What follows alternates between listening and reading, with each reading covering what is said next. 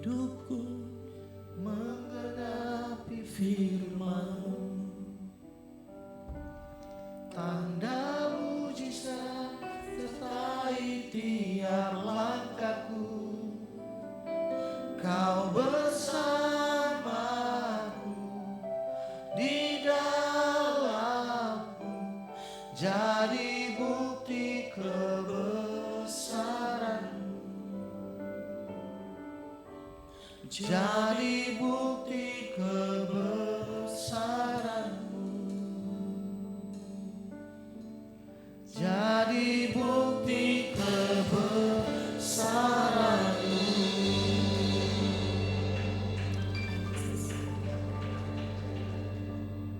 Amin Yesus. Biarlah hidup kami ya Tuhan bisa menjadi bukti daripada kebesaran-Mu bagi dunia ini ya Tuhan. Kami bersyukur, berterima kasih untuk kemurahan Tuhan, untuk anugerah Tuhan yang melimpah atas hidup kami. Sungguh suatu kesukaan Tuhan, sungguh suatu hal yang tidak pantas kami terima. Ketika Engkau memakai kami, orang-orang yang terbatas ini Tuhan, untuk menunjukkan kebesaran-Mu Tuhan. Saat ini kami membuka hati kami ya Tuhan.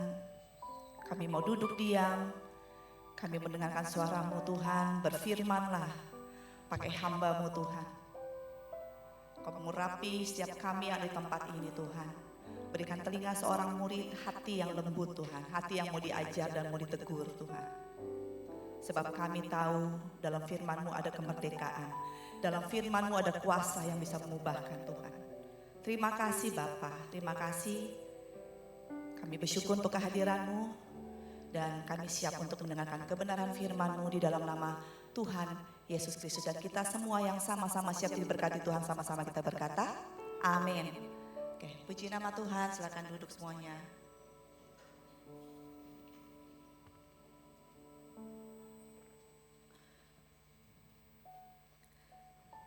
Mari saya ajak kita sama-sama membuka Wahyu 3. Wahyu 3 ayat 14 sampai dengan 22. Wahyu 3 ayat 14 sampai dengan 22. Dan saya minta kita akan membacanya secara bergantian. Saya akan mulai dari yang ganjil, saya akan mulai dari yang genap, dan saudara yang berikutnya. Wahyu 3 ayat 14 sampai dengan 22. Firman Tuhan berkata, dan tuliskanlah kepada malaikat jemaat di Laodikia. Inilah firman dari Amin, saksi yang setia dan benar, permulaan dari ciptaan Allah.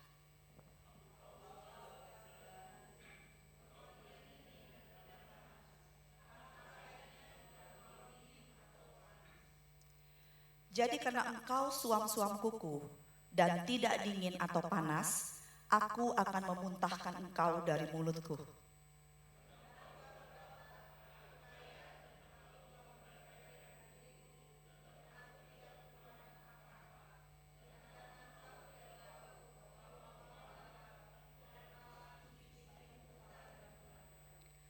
Maka aku menasihatkan engkau supaya engkau membeli daripadaku emas yang telah dimurnikan dalam api, agar engkau menjadi kaya, dan juga pakaian putih, supaya engkau memakainya, agar jangan kelihatan ketelanjanganmu yang memalukan, dan lagi minyak untuk melumas matamu, supaya engkau dapat melihat.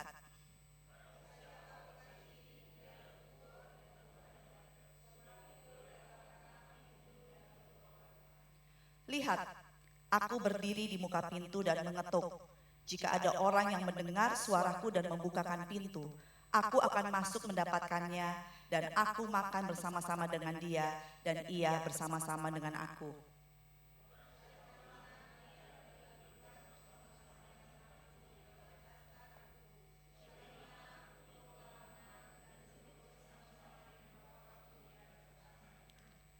Siapa bertelinga, hendaklah ia mendengarkan apa yang dikatakan Roh kepada jemaat. Puji nama Tuhan. Wahyu 3 ayat 14 sampai dengan 22 ini adalah surat yang dituliskan kepada, salah satu surat dituliskan kepada 7 jemaat ya yang ada dalam Asia Kecil. Ya, Asia Kecil itu sekarang kita kenal ada di daerah Turki, ya saudara ya. Ada di daerah Turki dan hingga sampai saat ini ada beberapa kota dalam Alkitab yang namanya masih sama dan kota-kota itu juga masih ada. Ya, contohnya seperti Pergamus, ya, ada juga Efesus, ya saudara ya. Dan ada Laodikia juga masih ada saudara ya. Dan dari ketujuh surat ya yang diberikan kepada ketujuh jemaat dan atau kepada 7 gereja, 6 diantaranya Tuhan memberikan pujian, tapi kemudian juga Tuhan ada menegur. Tapi jemaat di Laodikia saudara adalah satu-satunya jemaat atau gereja yang tidak mendapatkan pujian dari Tuhan. Ya, bahkan Tuhan sangat mengkritisi gitu ya kondisi jemaat di tempat ini. Saudara, kalau saudara mau tahu gitu ya latar belakang, sejarah dan letak geografis Laodikia, saudara ya. Jadi Laodikia pada masa itu saudara diapit ya. Kota ini diapit oleh 2 daerah ya. 2 daerah saudara, yang pertama adalah Hierapolis dan di bawahnya ada kota Kolose saudara. Ya. Dan Hierapolis ini saudara terkenal, sangat-sangat terkenal dengan sumber air panas ya, mata air panas bukan air mata. Jadi kota Hierapolis ini terkenal sekali dengan sumber mata air panas ya, yang seringkali dipakai untuk pengobatan. Ya, dan sampai saat ini saudara, kalau saudara punya berkat, saudara bisa pergi ke Turki, sumber mata air itu masih ada saudara. Ya, mereka mempunyai sumber air panas saudara. Sedangkan di bawahnya kota Laodikia ada kota Kolose yang terkenal dengan airnya yang sangat dingin dan menyejukkan serta menyegarkan untuk diminum. Nah saudara, sejarah Laodikia pada masa firman ini diberikan, mereka adalah sebuah kota yang sangat-sangat kaya dan sangat-sangat makmur. Karena pada masa itu Laodikia itu menjadi pusat perbankan, ya, pusat penyimpanan emas, ya. Mungkin kayak sekarang udah kayak bank Swiss kali saudara. Banyak orang yang menyimpan uang, menyimpan harta mereka, bahkan menjadi pusat penukaran uang, ya saudara ya. Dan banyak jalur perdagangan di situ. Sehingga kota ini dikatakan sangat kaya saudara, sangat makmur. Ya secara finansial mereka tuh luar biasa. Lalu selain kaya saudara, mereka adalah kota yang terkenal dengan ilmu kedokteran mereka. Ya, ilmu kedokteran mereka, dan yang paling terkenal katanya pada masa itu adalah mereka menghasilkan sebuah obat atau salep mata saudara. Ya, salep mata yang sangat-sangat bagus dan sangat-sangat terkenal pada masa itu. Ya, lalu kota Laodikia selain kaya secara keuangan, mereka juga adalah penghasil domba dengan bulu yang katanya berwarna hitam, saudara. Sehingga kalau biasanya bulu domba itu biasa berwarna putih atau berwarna krem, tapi di Laodikia mereka punya domba yang bulunya berwarna hitam. Sehingga kota ini juga menjadi penghasil jubah atau baju bulu domba berwarna hitam yang terbaik, saudara, pada masa itu. Jadi secara kondisi, secara mata dunia, secara kita melihat, jemaat ini adalah jemaat yang sangat-sangat diberkati oleh Tuhan. Mereka kuat, mereka kaya, mereka sehat. Ya. Tapi satu hal saudara, mereka punya kekurangan, mereka punya kelemahan yang justru ternyata sangat penting. Yaitu kenapa saudara? Kota ini tidak mempunyai sumber air sendiri saudara. Ya. Walaupun mereka kaya, mereka banyak uang, tapi mereka nggak punya mata air, saudara. Mereka nggak punya sumber air sendiri. Sehingga kemudian, saudara, karena mereka banyak uang, mereka mampu, mereka membangun sebuah pipa, ya, pipa air saudara dari kota-kota tetangganya yaitu dari Hierapolis dan dari Kolose. Ya, di mana tadi saya katakan di depan bahwa Hierapolis itu punya sumber mata air panas dan Kolose punya sumber mata air dingin saudara. Dan pipa-pipa ini mengalirkan air dari kota-kota itu ya, yang tadinya dari kota asalnya ya, air-air itu adalah air-air yang baik ya. Air panas saat itu dipakai untuk mandi, untuk pengobatan karena kandungan belerangnya, kalsiumnya ya. Dan air dingin saat itu juga bisa buat untuk terapi ya dan menyegarkan tubuh. Tapi kemudian air-air ini dialirkan oleh sebuah pipa yang mereka bangun yang sangat panjang untuk dialirkan ke kota Laodikia. Pertemuan air panas dan air dingin inilah saudara yang kemudian sampai ke kota itu ada dalam kondisi yang suam-suam kuku. Saudara mungkin sekarang merasa kayaknya minum air suam-suam kuku kayaknya enak deh gitu ya. Air anget gitu ya sebenarnya ya. Nggak dingin, nggak panas gitu ya. Saya rasa mungkin buat kita semua orang ini apa sih yang salah dengan air suam-suam kuku gitu ya. Maka saudara harus mengerti bahwa saudara ternyata sumber air panas yang ada di Hierapolis itu tadi saya katakan mengandung banyak kalsium saudara dan mineral yang sangat tinggi. Sehingga kondisi air yang bertemu kemudian terkontaminasi itu saudara sampai di Laodikia dikatakan bahwa orang yang meminum air itu saudara dikatakan akan merasa mual. Beda dengan air yang mungkin selama ini kita minum air hangat gitu ya saudara. Beda saudara, karena rasanya itu katanya sangat menjijikkan saudara. Nggak enak untuk diminum. Dan karena latar belakang dan kondisi inilah, maka Yesus, ya, maka Paulus mengambil contoh, ya, Tuhan memberikan sebuah contoh, ya, bahwa kalau engkau dalam kondisi yang seperti itu, engkau tidak panas dan engkau tidak dingin, maka aku akan memuntahkan engkau. Saudara, Tuhan memakai istilah ini karena Tuhan tahu bahwa orang-orang Laodikia lah yang paling mengerti apa maksud daripada perkataan ini. Mungkin saudara dan saya selama ini nggak ngerti kenapa minum air suam kuku aja kata dimuntahkan. Selama ini mungkin kayak saya gitu sama teman-teman katanya kalau udah umur-umur udah mau deket umur 50 tahun ke atas, katanya cenderung orang nggak suka minum air dingin, mereka lebih suka minum air hangat. Tapi kata suam-suam kuku di sini tuh berbeda dengan yang selama ini kita minum ya. Maksudnya bukan air hangat seperti biasa, tapi air yang memang suhunya sudah tidak normal ya.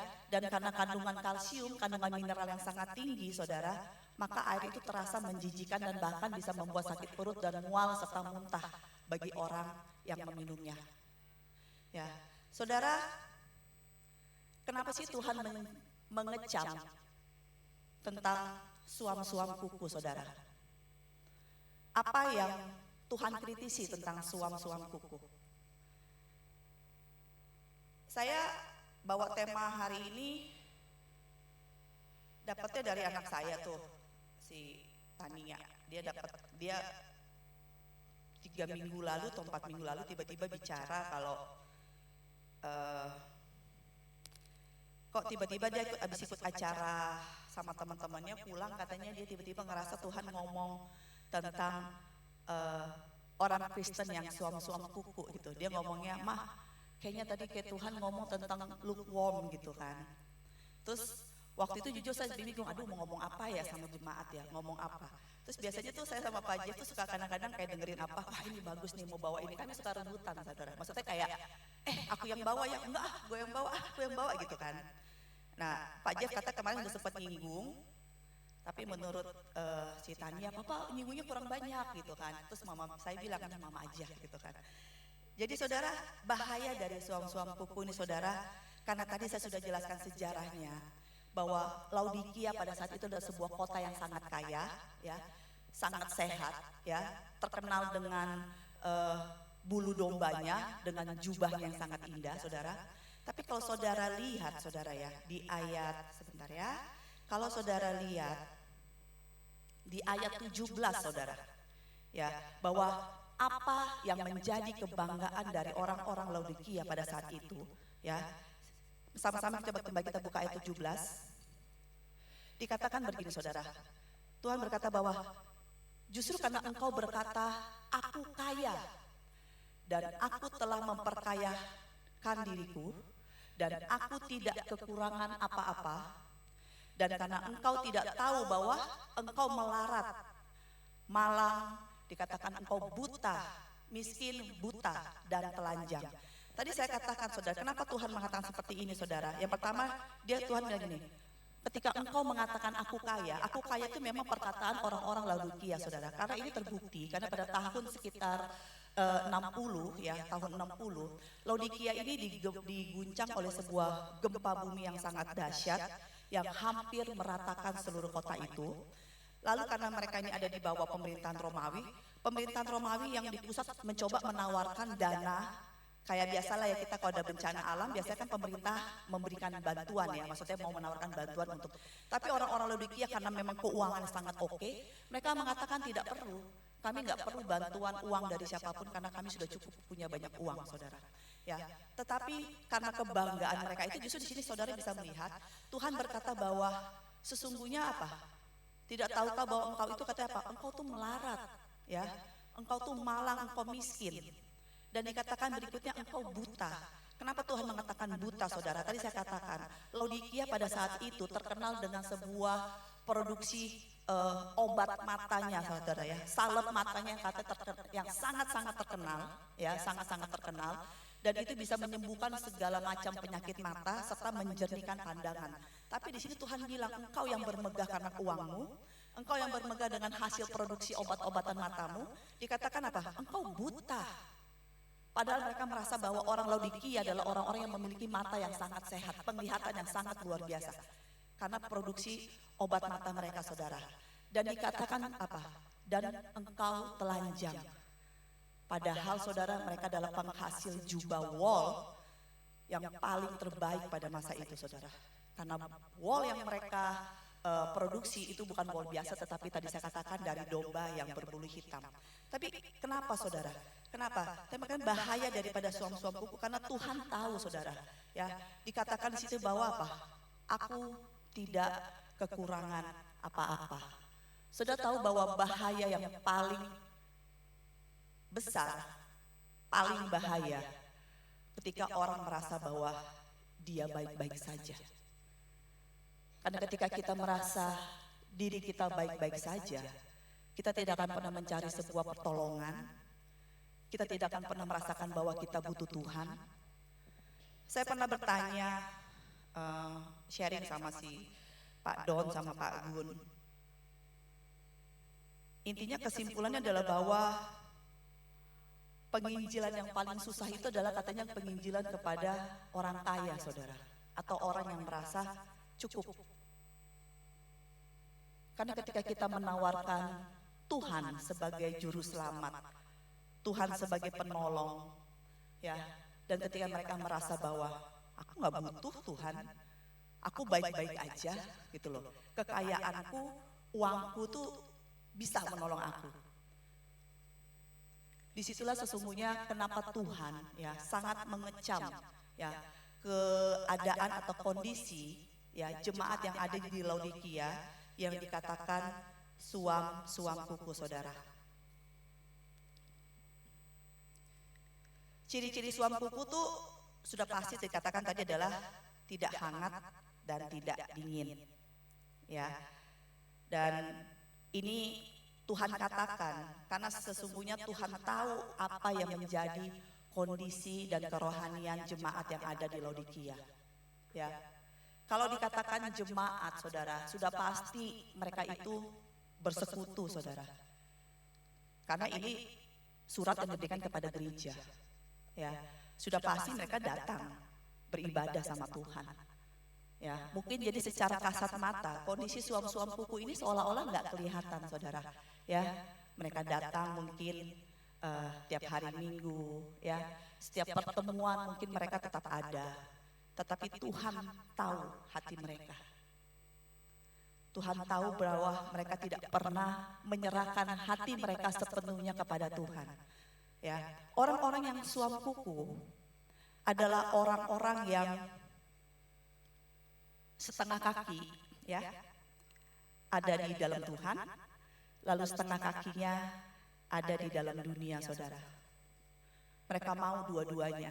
Mereka mau dikenal sebagai orang yang, oh oke lah, aku adalah orang yang tiap minggu ke gereja, aku juga punya agama, aku orang bertuhan gitu loh, bukan orang kafir. Tapi di lain sisi saudara, mereka juga ikut menikmati ya pesona dan tawaran serta daya tarik dunia. Sehingga akhirnya Tuhan tahu bahwa mereka nggak akan pernah bisa all out sama Tuhan, saudara. Dan orang-orang yang nggak pernah bisa all out, orang-orang yang setengah hati, ya, adalah orang-orang yang akan tidak berguna sebenarnya, saudara. Dikatakan bahwa tadi di akhir Tuhan berkata bahwa bertobatlah. Tuhan mengatakan bahwa kepada jemaat di Laodikia untuk bertobat. Dan saya memikirkan bahwa sebuah pertobatan, saudara, ya, arti daripada sebuah pertobatan itu adalah engkau berbalik, ya. Saya lagi jalan ke sini, terus Tuhan bilang, salah, bertobatlah. Jadi yang harus saya lakukan adalah cuma apa, saudara? Saya berbalik, saya salah jalan, dan saya kembali kepada jalan yang Tuhan tunjuk, saudara.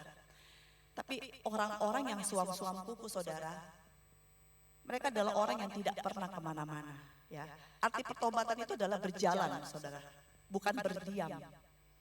Ya, ketika orang ya yang punya kerohanian suam-suam kuku, mereka sudah percaya Tuhan, tetapi mereka nggak kemana-mana. Mereka hanya diam di tempat. Kenapa? Karena mereka berat untuk melepaskan apa yang ada di sebelah kirinya, tapi mereka tetap mau apa yang ada di sebelah kanannya, saudara.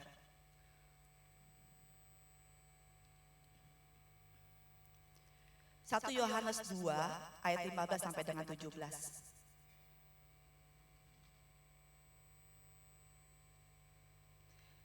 Firman Tuhan berkata, janganlah kamu mengasihi dunia dan apa yang ada di dalamnya. Jikalau orang mengasihi dunia, maka kasih akan Bapa tidak ada di dalam orang itu. Sebab semua yang ada di dalam dunia, yaitu keinginan daging, dan keinginan mata, serta keangkuhan hidup, bukanlah berasal dari Bapa, melainkan dari dunia. Dan dunia ini sedang lenyap dengan keinginannya. Tetapi orang yang melakukan kehendak Allah akan tetap hidup selama-lamanya. Saya dulu agak bingung ya dengan kata mengasihi dunia itu, apakah saya nggak boleh ngapa-ngapain gitu loh. Tetapi beda, saudara, ya. Bukti dari ketika kita mengasihi sesuatu, kita mengasihi seseorang, maka kita akan tertarik, kita akan selalu punya kemauan, ya, untuk menyenangkan orang yang kita kasihi. Ya, waktu itu saya ingat suami saya pernah bilang, kalau saya lagi ngomel-ngomel, dia lebih banyak diam. Bukan karena dia takut, bukan karena dia istilahnya kalah kuat, kalah cerewet dari saya, tetapi karena dia mengasihi saya. Sehingga akhirnya dia memilih untuk mengalah, memilih untuk mengambil sebuah tindakan yang istilahnya nggak melukai saya, tapi justru untuk menyenangkan hati saya, saudara. Jadi ketika kita mengasihi sesuatu, otomatis hati kita, pikiran kita, kekuatan kita akan curahkan, saudara, untuk hal itu. Jadi konteks dari misalnya janganlah engkau mengasihi dunia dan segala apa yang ada di dalamnya, itu bukan berarti maksudnya wah kita nggak boleh ngapa-ngapain. Dulu saya sempat berpikir gitu, saudara.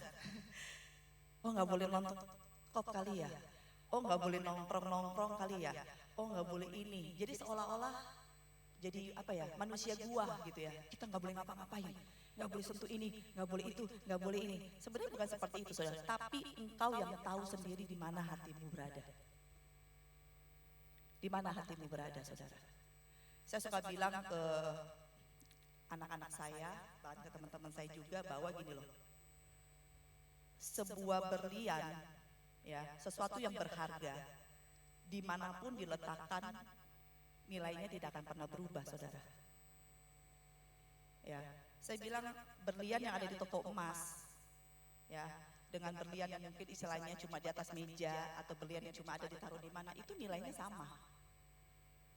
Begitu juga saya sempat bilang ke mereka bahwa gini loh, yang membuat kita berdosa itu bukanlah perbuatan,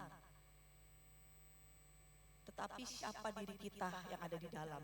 Firman Tuhan berkata bahwa segala sesuatu yang dilakukan tidak dengan iman adalah dosa.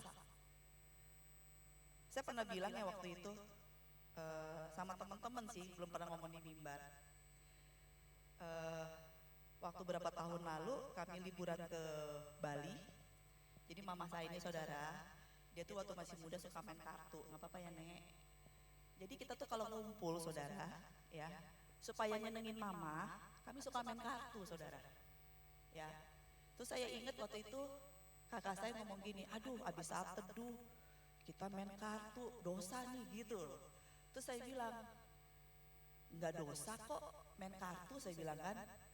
Tapi kalau kamu ragu dan kamu merasa itu hal yang salah dan itu mengganggu, itu bisa jadi dosa, saya bilang. Tapi kalau buat saya, ketika saya main kartu sama mama, sama kakak saya melakukan itu sebagai tindakan-tindakan yang mengasihi mereka gitu loh. Untuk kayak ngebonding, lucu-lucuan, ketawa-ketawa. Jadi bukan karena perbuatan-perbuatan pelanggaran moral ya. Karena kita tahu bahwa Adam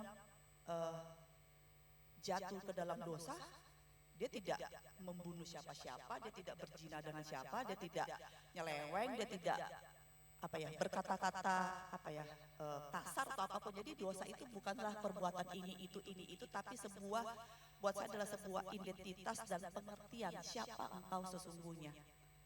Ya, kalau engkau tahu bahwa engkau adalah terang, sekalipun engkau ada di tempat gelap, engkau tidak pernah berubah, engkau adalah terang. Dan saudara, di Yakobus 2 ya, Yakobus 2 ayat 14 sampai 17, saya akan bacakan buat saudara.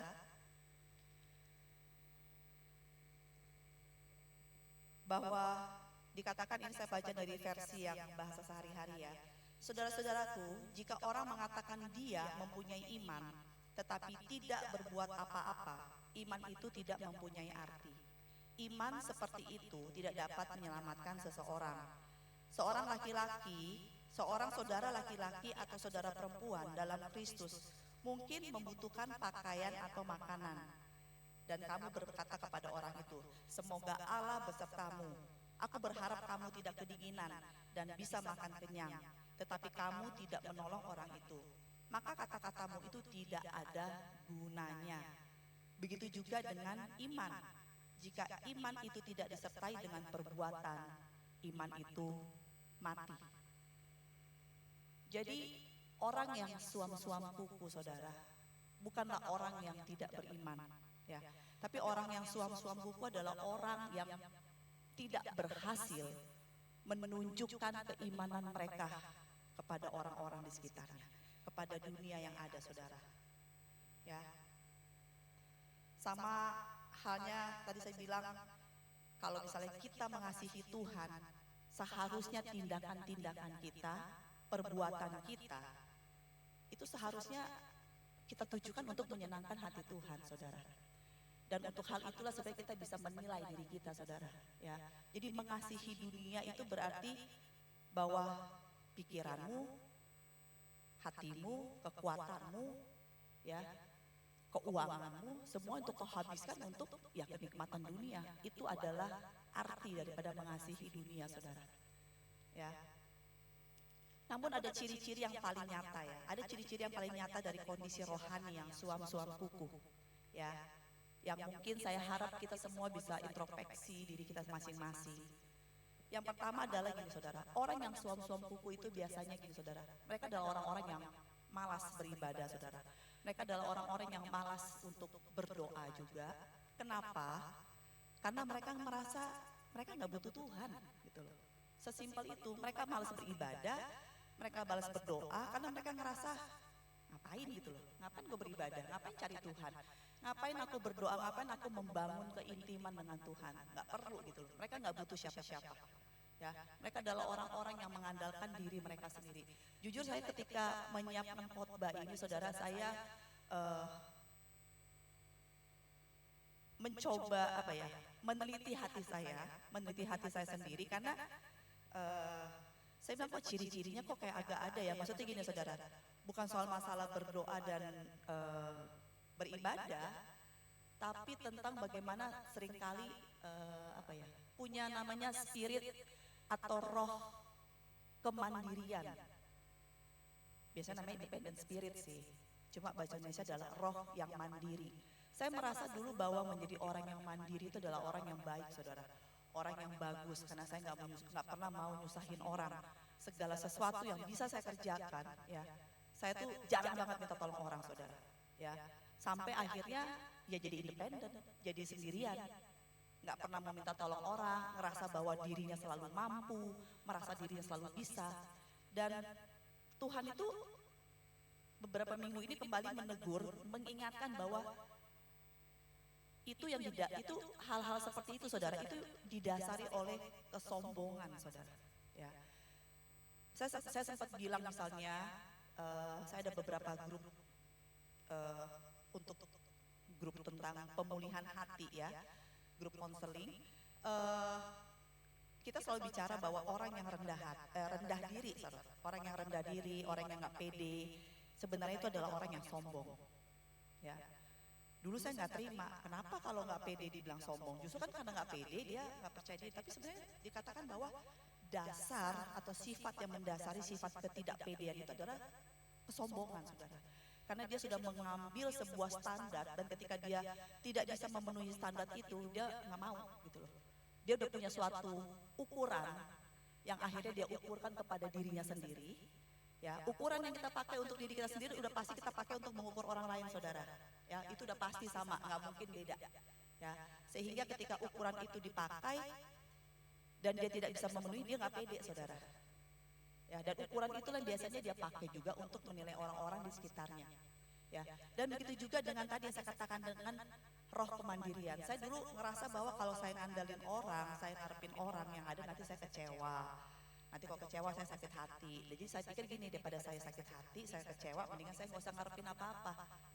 Ya, tapi sama juga itu berarti kan kita tuh kayak nggak punya iman akan apapun juga. Dan saya percaya Tuhan tidak pernah memanggil kita untuk seorang diri, saudara. Tuhan bahkan menyebut kita adalah tubuh Kristus. Ya, apakah engkau cuma berfungsi sebagai kuku, kelingking, atau telinga, atau rambut, jari jempol, atau apa, bulu mata, alis, kayak ya, semuanya itu ada fungsinya, saudara. Tidak pernah dibiarkan seorang diri.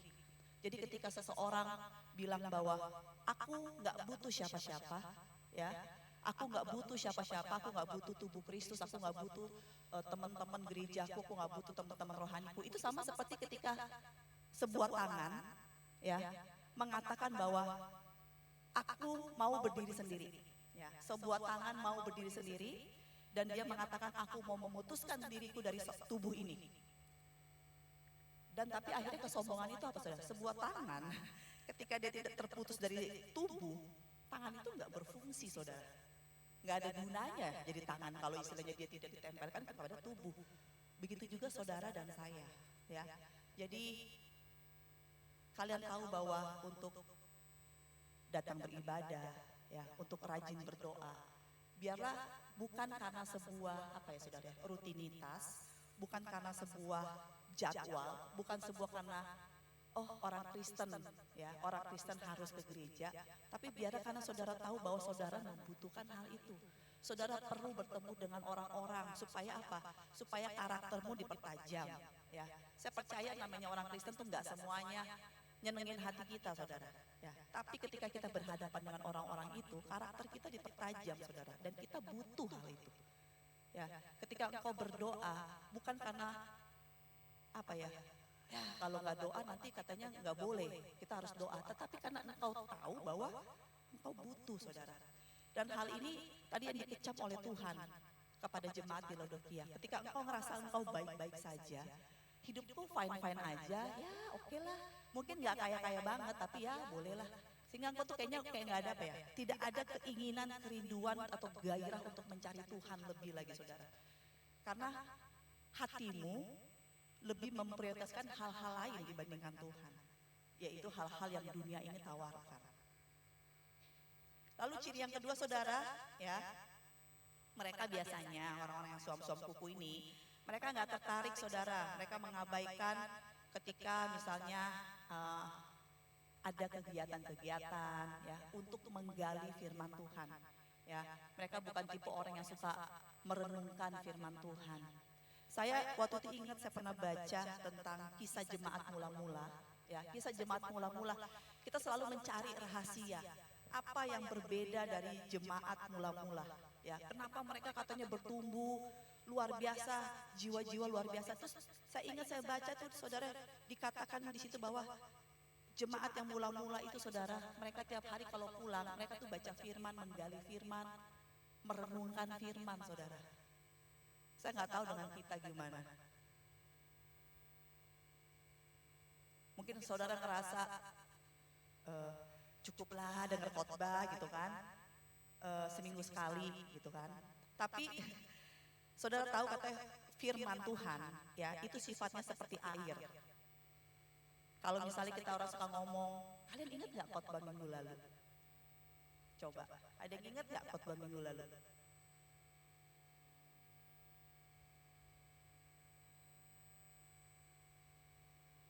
Karena nggak cukup saudara. Gimana caranya engkau menghabiskan hari demi hari, ya, dengan sebuah firman yang engkau dengar nggak nyampe 1 jam, dan kau pakai kekuatan itu untuk menjalani hari-harimu saudara. Nggak kuat saudara, kita nggak akan pernah bisa kuat. Itulah kenapa Tuhan bilang renungkan firman-Ku siang dan malam. Ya, kalau dikatakan kita bisa punya banyak waktu ya untuk main game, kita bisa punya waktu untuk nonton, kita bisa punya banyak waktu untuk ngapain aja, saudara melakukan hal-hal yang kita senang, kita bisa punya banyak waktu untuk bekerja. Masa sih untuk menenungkan firman, kita kayak bilang sibuk Tuhan. Ya, tapi ini adalah salah satu ciri, saudara ya. Ini adalah salah satu ciri kondisi kerohanian yang suam-suam kuku. Ya, mereka malas membaca, merenungkan, menggali firman Tuhan, saudara. Buat mereka, ya udahlah. Kalau hari Minggu firmannya pas-pas, oh puji Tuhan. Kalau nggak ngepas atau ngeblank hari ini, ya udah. Nggak ada rasa haus, saudara. Lalu yang ketiga, biasanya orang-orang ini, saudara ya, orang-orang yang mengalami kondisi rohani yang suam-suam kuku, mereka dikatakan lebih mengutamakan dunia, pesonanya. Biasanya mereka lebih mengejar kenikmatan-kenikmatan dunia dibandingkan pertumbuhan rohaninya, lebih mencari kepuasan dan kesenangan diri sendiri dibandingkan mencari kerajaan Allah dan kehendaknya bagi mereka. Ya, mereka banyak mengejar. Saya percaya semua orang punya mimpi. Saya juga punya mimpi, saudara. Ya, saya punya mimpi, saya punya keinginan, saya punya kehendak yang istilahnya ingin saya raih gitu, saudara. Tetapi kita yang udah ada di dalam Tuhan, kita tahu bahwa tujuan kita itu jelas, saudara. Ya, bahwa saudara dan saya ini siapa? Kita punya tujuan hidup yang seharusnya sangat jelas. Ya, yaitu untuk menyatakan kerajaan Allah, untuk memperluas kerajaan Allah di muka bumi ini. Jadi ketika mimpimu, ambisimu, kesenanganmu tidak sejalan dengan apa yang Tuhan sudah rancangan buat saudara dan saya, saudara harus kembali, saudara, berbalik daripada jalan-jalanan. Ya, siapa yang nggak mau kaya? Semua orang mau kaya, saya juga mau kaya. Enak gitu kaya, saudara. Bisa beli apa aja. Tapi engkau dirancang bukan untuk hal itu gitu. Engkau didesain bukan untuk mengejar kekayaan, saudara.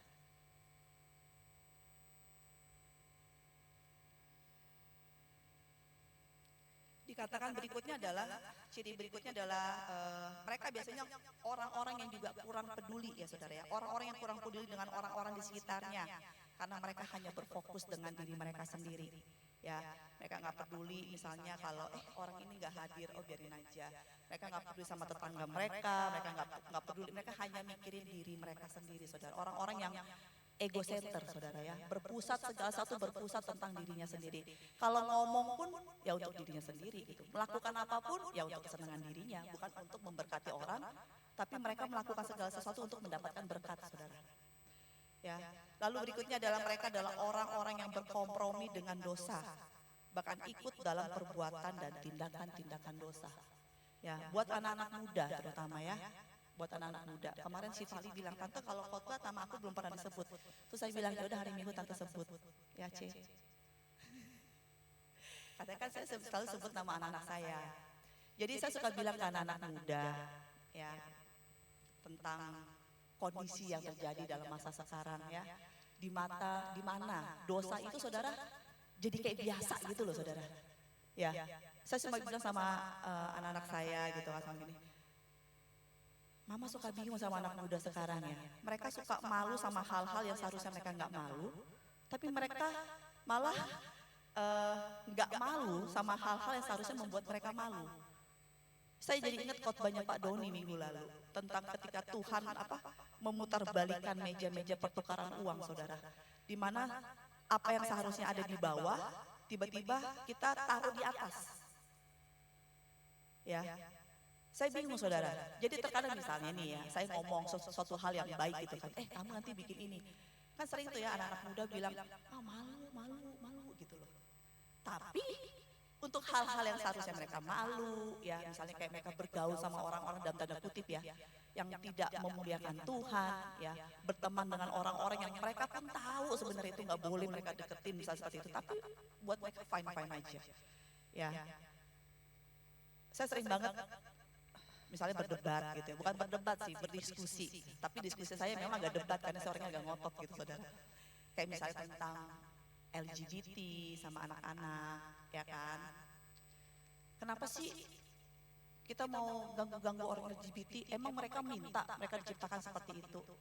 Kenapa sih kayaknya kesannya kita benci? Saya juga bilang kita nggak benci sama LGBT, tapi kita tidak menyetujui perbuatan-perbuatan LGBT, misalnya seperti itu saudara. Tapi bukan berarti ketika kita nggak membenci orangnya, nggak membenci perbuatan nggak membenci orangnya, terus kita kompromi saudara, ya kompromi. Karena anak saya waktu itu bilang pernah gini, enaknya kalau punya teman, maaf ya, kayak agak bencong-bencong gitu, karena mereka seru katanya, lucu gitu kan, gitu, seru katanya. Tapi saya bilang gini, seru sih main sama mereka, tapi kamu tahu nggak kasihan banget loh mereka itu ujungnya kemana gitu loh. Jadi banyak paham-paham dan pemikiran-pemikiran yang apa ya, akhirnya membuat anak-anak muda ya kompromi saudara. Kompromi dengan hal-hal yang kayak waktu itu saya sering bilang ya, cara bicara yang anak gaul ya. Misalnya aja sekarang lagi musim apa tuh rokok elektronik. Kemana-mana saya pergi saya melihat banyak anak-anak muda kayak fine-fine aja, mereka bahkan bangga gitu ya. Gitu. Padahal itu dulu suatu hal yang memalukan gitu ya. Tapi buat mereka sekarang keren saudara, keren gitu loh. Dan kayaknya hampir nggak tahu ya, saya nggak tahu dengan anak-anak saudara gitu ya. Tapi saya nggak tahu juga maksudnya dengan anak-anak kita. Tapi ini adalah sebuah hal maksud saya gini loh, sebuah kompromi saudara. Ya, karena mereka ikut menikmati perbuatan-perbuatan dari dunia ini sehingga akhirnya tadinya kompromi ya udahlah nggak apa-apa lu ngerokok gua enggak, tapi karena engkau ada terus dalam situ engkau mengiyakan, engkau kayak membuat soal itu nggak apa-apa, ya udah akhirnya mereka pun terikut, nggak apa-apa kok, nggak apa-apa, ngomong kasar nggak apa-apa, lagi keren ya kan. Pokoknya sekarang saya kalau sampai anak saya itu ada yang ngomong jir itu ya, aduh saya udah pingsan gitu kan. Mungkin orang bisa bilang beda generasi mah, beda apa, saya nggak mau pusing, nggak ada beda-beda generasi, ini kebenaran firman gitu. Nggak ada gitu. Tidak akan boleh ada perkataan kotor keluar dari mulut anak-anak Tuhan. Ya. Lalu yang berikutnya, saudara, selain mereka kompromi, ya biasanya, dan ikut dalam perbuatan-perbuatan dan tindakan-tindakan daging, ya pesta pora dan segalanya, ya hidup hedon, ya. Kalau pakai baju nggak merek, kayaknya nggak pede ya. Handphone kalau bisa mau ngutang kayak mau apa, pakai yang paling keren ya. Pokoknya pemikiran-pemikiran dunia yang nggak benar itu saudara ya. Lalu yang berikutnya saudara dikatakan mereka biasanya takut akan penolakan orang banyak.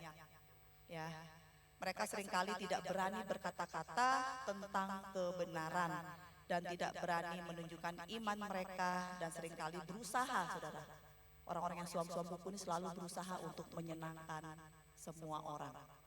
Ya, mereka nggak punya pendirian. Ya, tadi saya bilang mereka sering kompromi, mereka seringkali nggak berani saudara. Penyakit dari suam-suam kuku gini loh saudara. Saya juga kadang-kadang bingung ya. Saya pernah lihat kayak misalnya nonton film ya, atau misalnya melihat suatu peristiwa kejadian kayak misalnya ada hal-hal daerah barat ya, di Amerika terutama. Saya juga bingung kenapa sih orang-orang yang ikut Tuhan itu aneh-aneh saudara. Jadi akhirnya tuh kayaknya seolah-olah ketika kita ikut Tuhan kita tuh jadi kayak makhluk aneh gitu saudara. Ya. Dan akhirnya mungkin hal inilah yang membuat anak-anak muda, orang-orang ya, nggak berani mengambil sikap bahwa gue ini orang Kristen, gue punya standar hidup, gue punya prinsip. Ya, seringkali akhirnya karena mereka takut akan penolakan orang, ya, mereka takut nggak disukai, ya, mereka yang tadi saya bilang mereka kompromi dan mereka akhirnya berusaha menyenangkan orang, misalnya melihat hal-hal yang tadi yang nggak benar, mereka nggak berani speak up, saudara, mereka nggak berani ngomong sorry ya, nggak berani memberikan nasihat, ya. Ini juga buat anak-anak saya juga. Saya suka bilang gini, kalau kalian sering, kan anak-anak saya termasuk adalah orang yang sering ditelepon teman-temannya untuk curhat, saudara. Ya, teman-teman telepon curhat. Jadi mereka sering ngomong sama saya selalu bilang, dengerin teman curhat itu bagus. Tapi kalau kamu dengar ada sebuah sebuah kondisi atau keadaan yang salah, itu tugas kamu untuk mengatakan.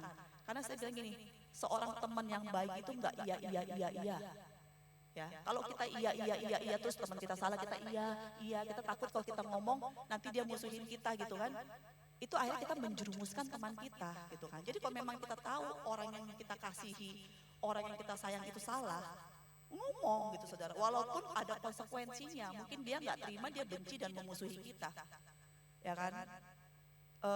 Ada beberapa hal yang kadang-kadang kayak saya mengambil sikap ke anak-anak lagi kembali karena saya nggak mungkin ngambil contoh anak orang, saya ngambil contoh anak saya.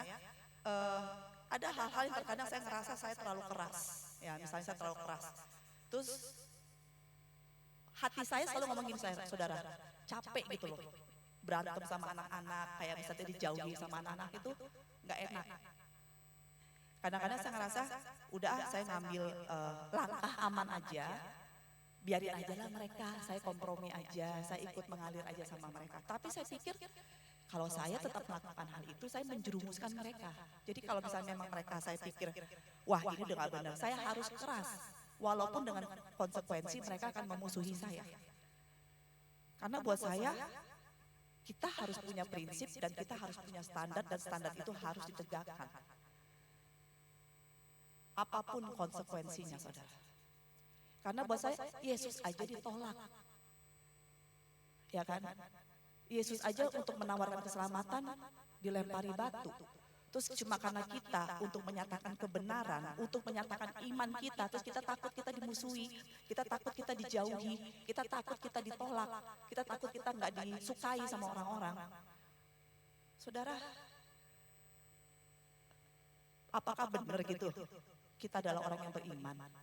Kalau istilahnya cuma hal-hal kayak gitu aja udah membuat kita malu untuk menyatakan iman dan kebenaran Tuhan. Lalu yang berikutnya saudara, biasanya orang-orang yang suam-suam kuku ini mereka tidak atau kurang menghasilkan buah roh dalam kehidupan mereka. Ya sudah pasti ya saudara ya, karena tidak ada keintiman, tidak ada persekutuan yang manis dengan Tuhan, bagaimana kita bisa menghasilkan buah roh yang Tuhan berikan melalui keintiman bersama dengan Tuhan saudara. Saya mengundang pemusik, singer semuanya ke atas. Saya nggak tahu di mana kondisi rohani saudara saat ini. Tapi saya tadi sudah memberikan beberapa contoh. Saudara, ketika Tuhan mengatakan hal ini kepada jemaat di Laodikia, saudara,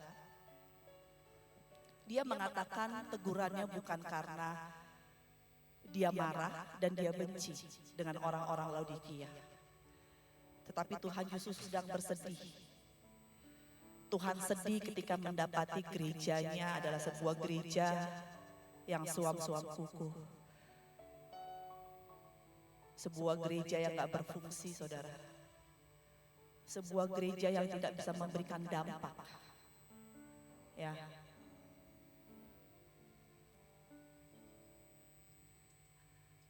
Tapi Saya rasa Tuhan akan lebih sedih lagi ketika saudara setelah mendengarkan firman hari ini terus mengatakan, oh oke, poin itu ada sama saya. Oh tadi poin yang nomor 3 ada di saya. Tapi ketika engkau keluar dari tempat ini, engkau tidak melakukan apa-apa. Engkau ngerasa bahwa, oh aku baru tahu, ternyata aku tuh suam-suam kuku selama ini. Tapi ya udahlah. Tuhan sampai mengatakan kata-kata ekstrim loh. Bukan karena dia membenci kita saudara, tapi karena dia mengasihi kita. Tuhan gak mau memuntahkan saudara dan saya. Sebab kata muntah itu berarti kita sudah tidak ada di dalam Tuhan saudara. Kita sudah ada di luar Tuhan. Dan Yesus gak mau kedatangannya ke dunia ini sia-sia saudara. Oleh karena itu, buat siapapun yang hadir pada siang hari ini, hanya engkau dan Tuhan yang tahu kondisi hatimu.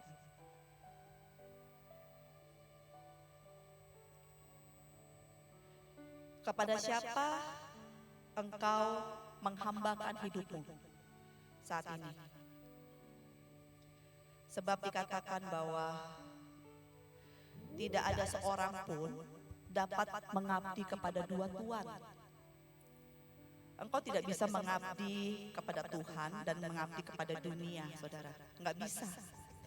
Karena dikatakan bahwa jika demikian, engkau pasti akan membenci yang satunya. Dan saya enggak tahu siapa yang menjadi Tuhan dalam hidupmu saat ini, saudara. Saudara enggak bisa berkata, aku cinta Tuhan tapi aku juga cinta dunia. Enggak mungkin, saudara. Karena ketika engkau melakukan hal itu, pasti engkau akan menyakiti yang satunya, saudara.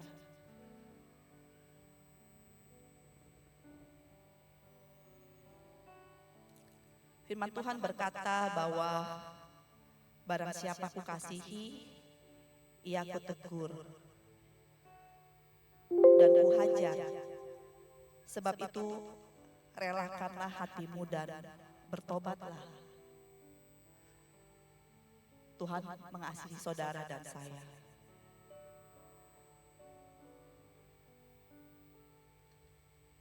Dia berkata saat ini, lihat, aku berdiri di muka pintu dan mengetok.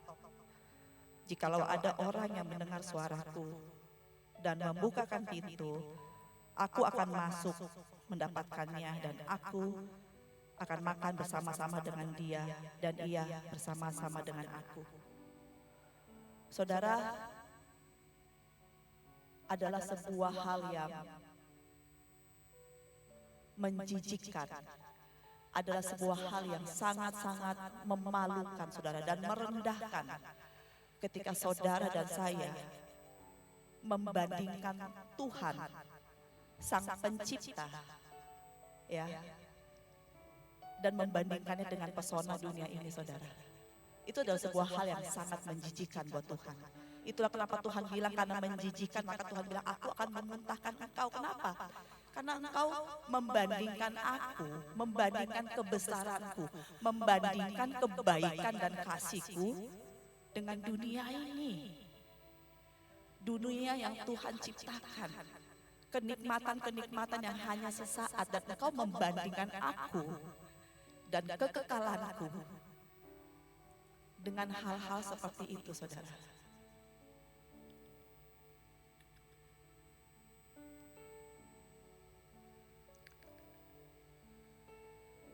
Tuhan yang dimaksudkan di dalam ayat ini adalah Mamon, saudara. Ya, Mamon itu adalah dewa uang. Dikatakan bahwa cinta akan uang, saudara, seringkali menyebabkan saudara dan saya jatuh ke dalam berbagai pencobaan yang seharusnya saudara dan saya nggak alami. Saya katakan tadi bahwa punya rumah megah, ya, punya mobil bagus, punya pakaian bermerek, ya, uang yang banyak di rekening. Saudara, itu hanya bisa memberikan kepuasan yang sesaat, hanya bisa memberikan kenyamanan yang sesaat. Tapi Tuhan mengatakan bahwa aku menawarkan sesuatu yang jauh lebih indah, saudara. Jauh lebih besar dari apa yang dunia ini tawarkan. Oleh karena itu, saat ini dia mengetok pintu hatimu, saudara. Dia mengetok dan dia berdiri di depan pintu hatimu. Dia terus mengetuk dan dia berkata, siapa yang mendengar, siapa yang bertelinga, hendaklah engkau mendengar. Dan ketika engkau membukakan pintu hatimu, saudara, dia akan masuk, saudara. Dia akan menghangatkan kembali, membuat engkau panas dan bergairah untuk dia. Saya undang semua kita bangkit berdiri di hadapan Tuhan.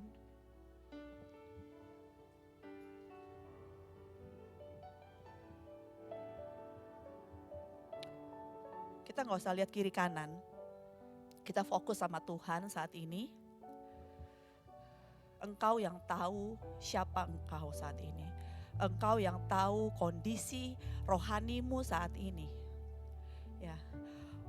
Buat jemaat di tempat ini, buat saudara dan saya. Kalau engkau merasa bahwa Tuhan, aku mendapati hatiku Tuhan sudah tidak panas lagi sama Tuhan.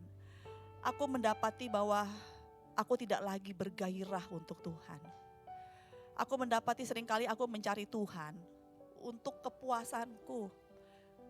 Aku merasa bahwa Tuhan itu ada hanya untuk memenuhi dan menyenangkan hatiku.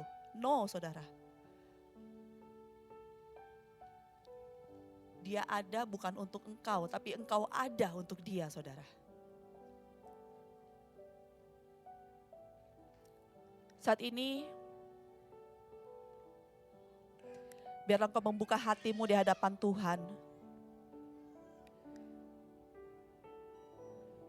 Dan barang siapa yang saat ini merasa bahwa dia sedang suam-suam kuku, dia sedang tidak panas dan tidak dingin, walaupun dia masih melayani Tuhan, walaupun dia masih seolah-olah ada di dalam gereja, dia ikut dalam kebaktian, tapi kalau engkau saat ini merasa bahwa Tuhan, aku adalah orang yang suam-suam kuku, saudara boleh berdoa di hadapan Tuhan. Saudara boleh minta kembali Tuhan untuk menaruh apinya dalam hati saudara dan saya. Minta saudara, minta untuk kembali dia menghangatkan hatimu, memanaskan engkau sehingga engkau menjadi orang yang berguna saudara bagi kerajaannya, bagi tubuh Kristus.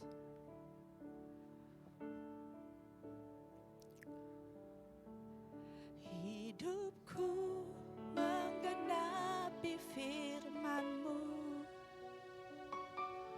tanda mujizat sertai tiap langkahku. Kau bersamaku di dalamku, jadi bukti kebesaran-Mu.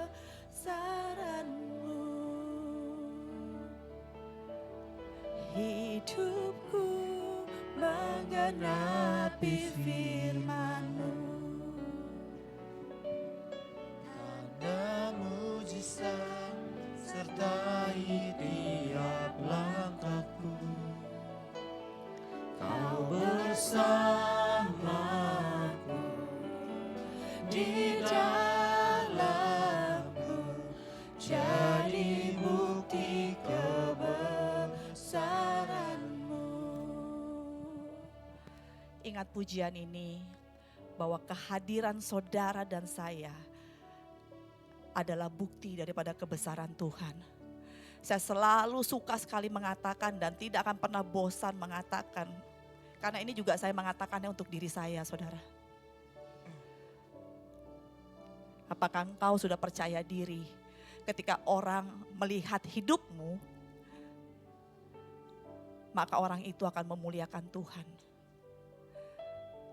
Apakah engkau sudah cukup yakin bahwa Tuhan, hidupku adalah bukti bahwa engkau itu besar? Apakah engkau sudah yakin bahwa ketika orang melihat hidupmu maka orang itu akan tertarik untuk datang kepada Tuhan dan ikut menikmati apa yang ada dalam hidupmu, saudara? Hidupmu adalah kesaksian. Jangan jadi orang Kristen yang biasa-biasa, saudara. Karena dikatakan engkau tidak berguna, saudara. Gak ada gunanya. Sebab dikatakan engkau adalah terang dan garam. Kalau terang itu tidak punya cahaya, kalau garam itu tidak lagi punya rasa saudara, maka dikatakan tidak ada bedanya dengan sampah saudara. Dia akan dibuang dan diinjak-injak orang. Dan keputusan itu ada di tangan saudara saat ini. Apakah engkau menjadi orang yang berguna bagi dunia, atau engkau memilih untuk menjadi sampah di dunia ini saudara. Engkau menjadi orang yang hidupnya tidak berguna, menjadi orang yang hidupnya bahkan tidak berdampak saudara. Keputusan ada di tanganmu saudara saat ini. Berdoa sama Tuhan saat ini saudara. Minta Tuhan memberikan hati yang baru, hati yang bergairah, hati yang panas untuk mencari Tuhan dan tidak lagi suam-suam kuku saudara. Haleluya Jesus, haleluya. Hidupku menggenapi firman-Mu. Tanda mujizat sertai tiap langkahku. Kau bersamaku di dalamku, jadi bukti kebesaran-Mu. Hidupku menggenapi firman-Mu. Tanda mujizat sertai tiap langkahku. Kau bersamaku di dalamku, jadi bukti kebesaran-Mu. Kadang kita orang Kristen memiliki standar ganda ya. Sering kita menjadi Kristen bunglon. Ketika di gereja kita menjadi orang gereja, ketika kita ada di dunia maka kita menjadi orang dunia juga. Saya punya kesaksian beberapa saat yang lalu, seorang teman pendeta datang kepada saya, dia membawa saudaranya dan dia menawarkan proyek. Anda tahu kalau proyek pemerintah bagaimana kita harus ya, untuk dapat proyek ini kita harus melakukan sesuatu lah. Yang menurut saya, yang saya percaya kita semua tahu bahwa itu tidak sesuai dengan prinsip kebenaran. Hari itu saya ketika dia ingin bertemu, saya ketemu dan saya mendengar paparannya. Saya ngelihat dia gitu, kamu pendeta. Kamu tahu saya juga pendeta. Kok kamu bisa lakukan hal ini kepada saya? Tapi hari itu saya tidak langsung mengejudge dia. Ya. Saya bilang, nanti saya kasih kabar deh. Oke apa enggak? Hari Senin saya bilang saya kasih kabar. Tapi dalam hati saya udah gak akan kasih kabar. Karena saya percaya kalau orang itu tahu saya, ya dia tahu saya pasti gak akan kasih kabar. Karena saya pasti gak mau. Tetapi yang menyedihkan hari Senin, dia telepon saya, gimana Om? Ini kan bisa buat bayar sewa gereja. Saya sedih. Saya sedih hari itu karena apa ya? Kamu nggak ngerti saya ya. Dan yang lebih menyedihkan lagi, kamu pendeta, kamu nggak ngerti Tuhan maunya apa. Ya kita sering ya, kita hidup dengan sebuah standar ganda. Karena itu, karena kita sering ke gereja, kita sering menjadi orang Kristen hanya karena sebuah kebiasaan ikut-ikutan. Karena mungkin saya seorang pendeta ya, saya harus melayani ya. Karena itu ketika Yesus pernah ditanya, apa sih hukum yang utama dan terutama dalam hukum Taurat? Kalau kita baca di Ulangan bahwa dikatakan bahwa kasihilah Tuhan Allahmu dengan segenap hatimu, segenap jiwamu, segenap kekuatanmu. Tetapi di Matius Yesus berkata kasihilah segenap hatimu dengan segenap jiwamu, tapi bukan dengan segenap kekuatan, tapi dengan segenap akal budimu. Mungkin pada hukum Taurat kita hanya disuruh jangan begini, jangan begitu. Semua doing, jangan begini, jangan begitu. Tetapi ketika Yesus meredefinisi kembali hukum Taurat itu di khotbahnya di bukit, dia tidak lagi berbicara tentang jangan bikin ini, jangan bikin itu. Tapi dia berkata, berbahagialah spesifik orang yang miskin. Berbahagialah orang yang berduka cita. Yesus mendefinisikan tentang bagaimana identitas Anda dan saya. Ya. Banyak kita menjadi orang Kristen karena melakukan hal-hal ritual. Tetapi di dalam identitas kita sebenarnya nggak pernah jadi orang Kristen. Karena itu kita banyak melakukan hal doing tapi kita nggak pernah menjadi being. Ikan itu berenang, Anda dan saya berenang. Tapi bukan karena kita sama-sama seperti ikan bisa berenang maka kita adalah ikan.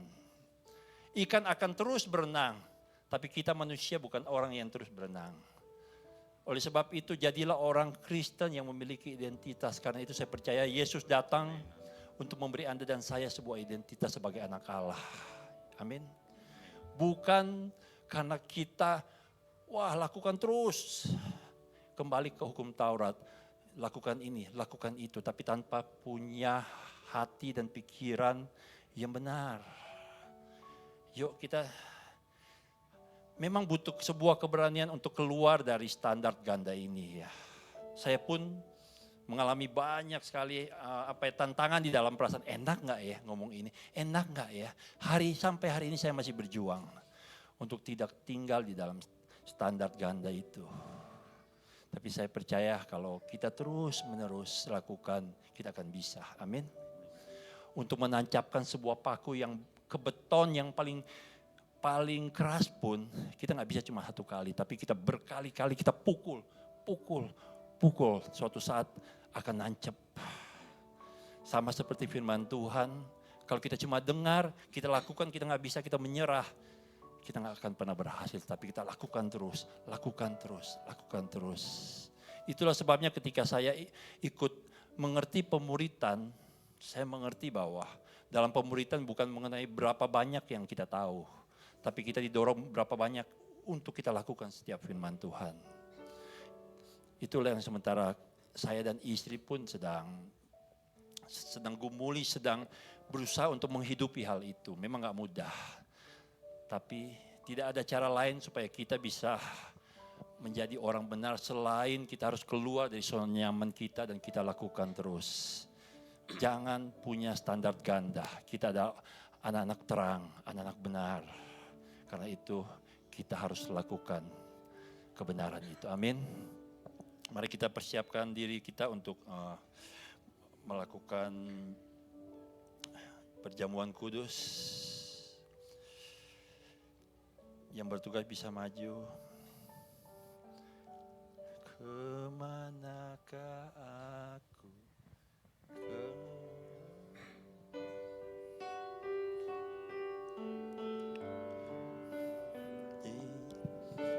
Menjanganlah dapat kau sahabat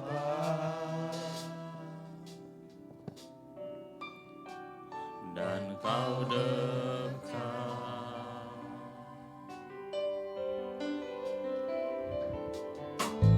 Bahkan seluruh pengertian tak bisa membalas kesetiaan. Sungguh mulia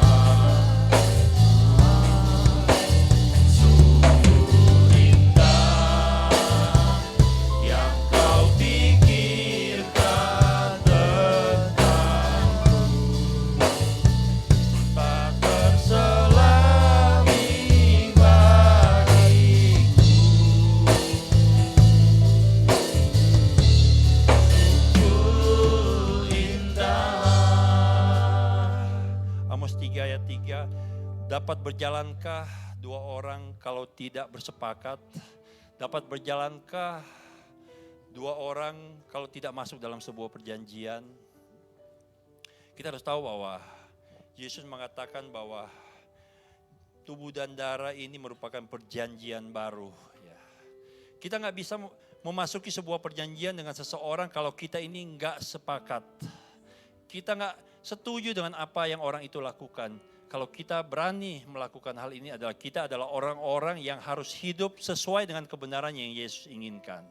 Oleh sebab itu, yuk beranikan diri kita untuk mengambil sebuah komitmen. Saya gak mau jadi orang yang suam-suam kuku lagi. Saya mau masuk ke dalam sebuah perjanjian bersama Tuhan. Saya harus berjalan bersama Tuhan. Saya tidak akan hidup dengan selera saya lagi. Saya hidup sesuai dengan kebenaran apa yang Tuhan inginkan. Yuk, kita siapkan perjamuan kita.